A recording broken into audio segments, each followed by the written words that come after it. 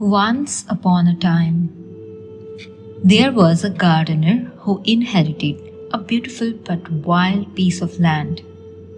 He loved his garden, but found himself constantly fighting the same stubborn weeds that seemed to grow back, no matter how often he pulled them. He would spend his days in a state of frustration and exhaustion, feeling stuck in a cycle of endless labor. And at night, the memory of those weeds would keep him from sleeping peacefully. This gardener's struggle is much like our own, a universal story of the mind. He was experiencing the law of karma, the unseen consequence of every past action. The weeds were the result of seeds sown long ago, not just by physical hands, but also by the thoughts, intentions, and words that shaped his life. Every time he acted out of frustration, he was planting more seeds of discord, creating a tangled garden of stress that influenced his present and threatened his future peace.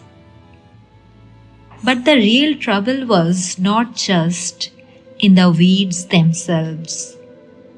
It was in the deep, unseen roots they left behind.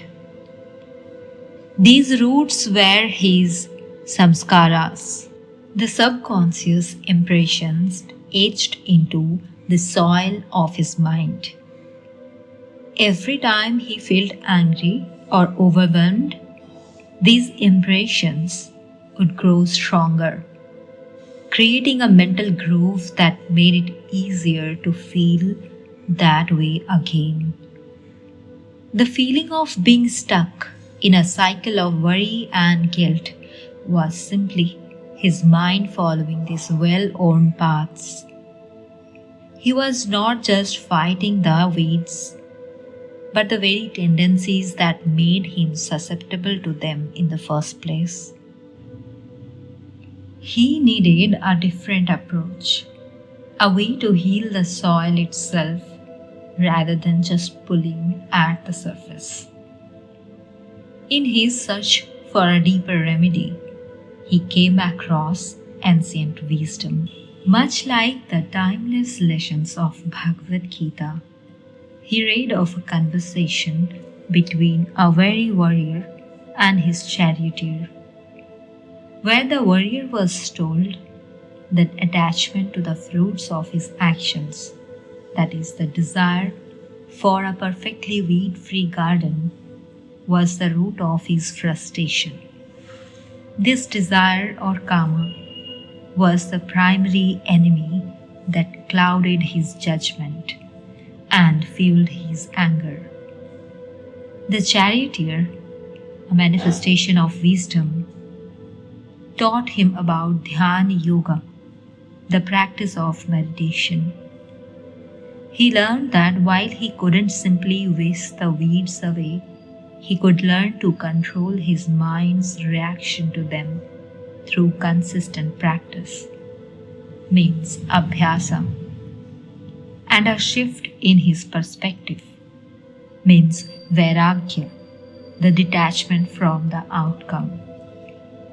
The ultimate lesson was one of surrender, a profound trust that by tending to his garden with a pure heart and letting go of his anxiety, he would be delivered from his suffering, just as the charioteer promised deliverance from all sinful reactions through Saranagati.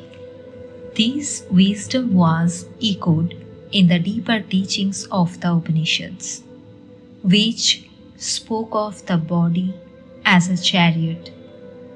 The gardener learned to see himself as the charioteer, his intellect, buddhi, as the driver holding the reins, and his mind means manas as the reins themselves. His senses were the horses, and his true self, his Atma, was the passenger. He realized he had been letting the horses run wild, allowing his senses to be driven by every fleeting desire.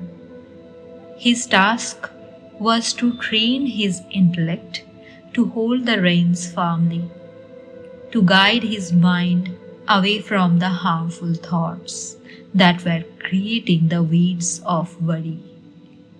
He began to understand that his true nature was not the frantic driver, but the serene passenger, a witness to the journey, untouched by its challenges. The most practical instructions came from the Yoga Sutras of Patanjali. This is a manual for taming the mind. It was here he found a systematic path forward, beginning with the foundational principle that yoga is the cessation of the fluctuations of the mind. Yoga's chitta vritti nirodha. He realized his constant battles with the weeds were the very fluctuations he needed to calm.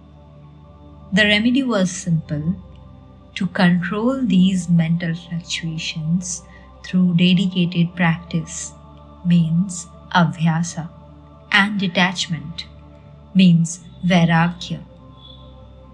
He started to meditate, not to just stop the thoughts, but to observe them without reacting.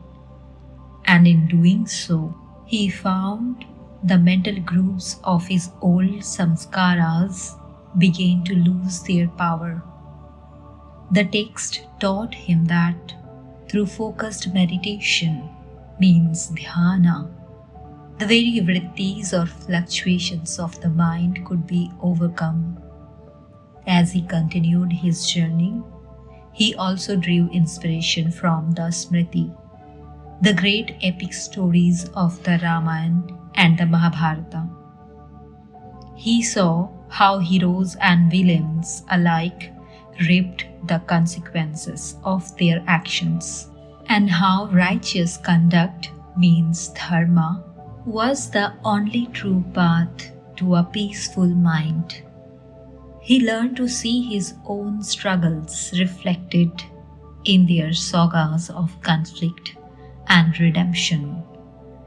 The gardener, now a wise sage of his own plot of land, began to see his garden not as a battleground, but as a sacred space.